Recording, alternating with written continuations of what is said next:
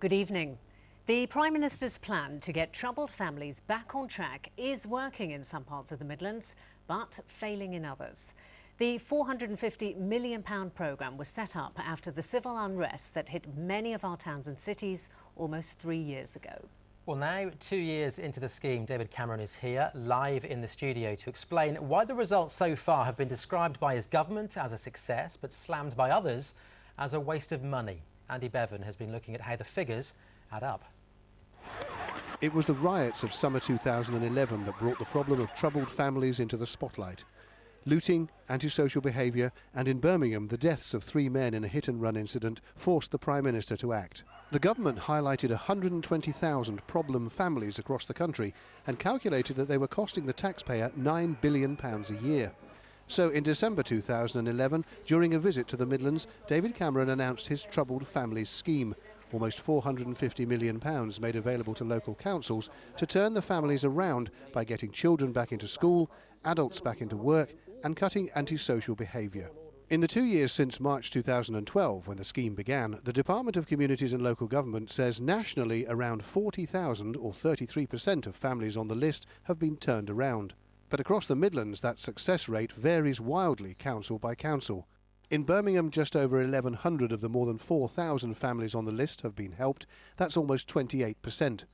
Warwickshire has a success rate of more than 50%, but Wolverhampton is the lowest in the West Midlands with just over 12% of families helped. In the East Midlands, Peterborough fares the worst at just under 17%. Nottingham City mirrors the national picture at 33%, while Leicestershire manages to more than double that rate at a little over 78%. And it's in that county where Tim lives. Unemployed and homeless after splitting from his partner, he was forced to move into cramped rented accommodation with his 4 children. His 2 older boys got into trouble, the family almost imploded, and Tim says he even considered suicide. But he says support from the scheme brought the family back together and put it back on track.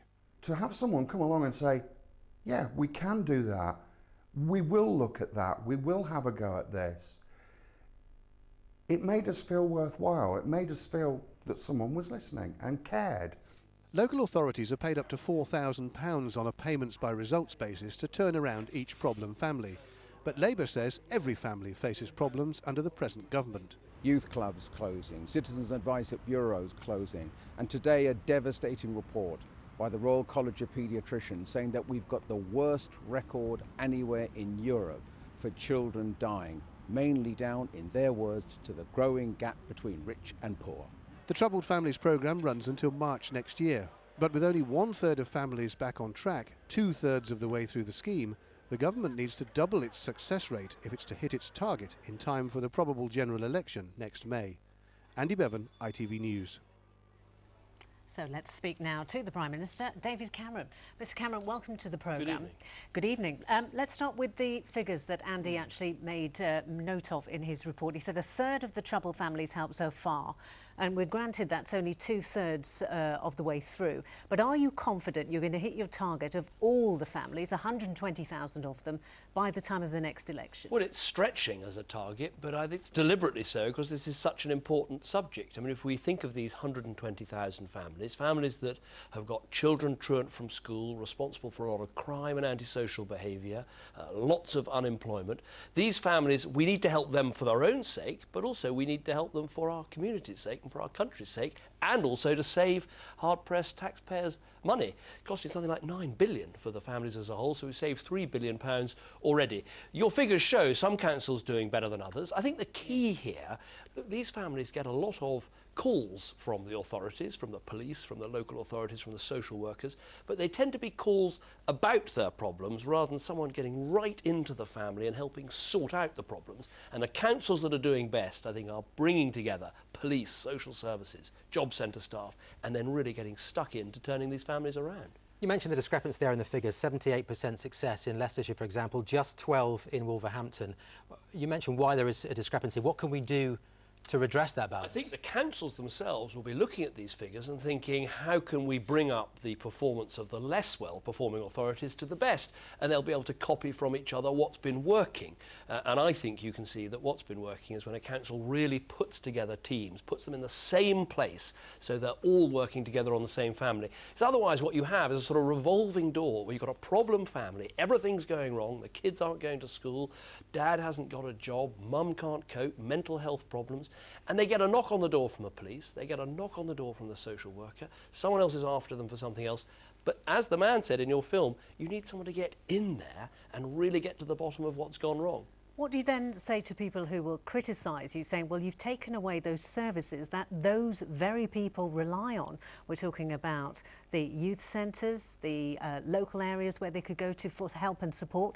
All that seems to have gone now. I don't accept that. I mean, actually, if you look at things like Sure Start centres, they're performing well. But the fact is, these families are getting enormous amounts of public spending because they're taking up a huge amount of police time, they're getting a lot of social work support, they're getting help at school when they go to school, but it hasn't actually got to the bottom of their trouble. So what our programme is, as you said, £450 million, a lot of money, paid by results only if the councils succeed in turning them round. The services for these families are there, but it's about mending the problems, dealing with the addiction, dealing with the drug abuse, helping someone to find a job.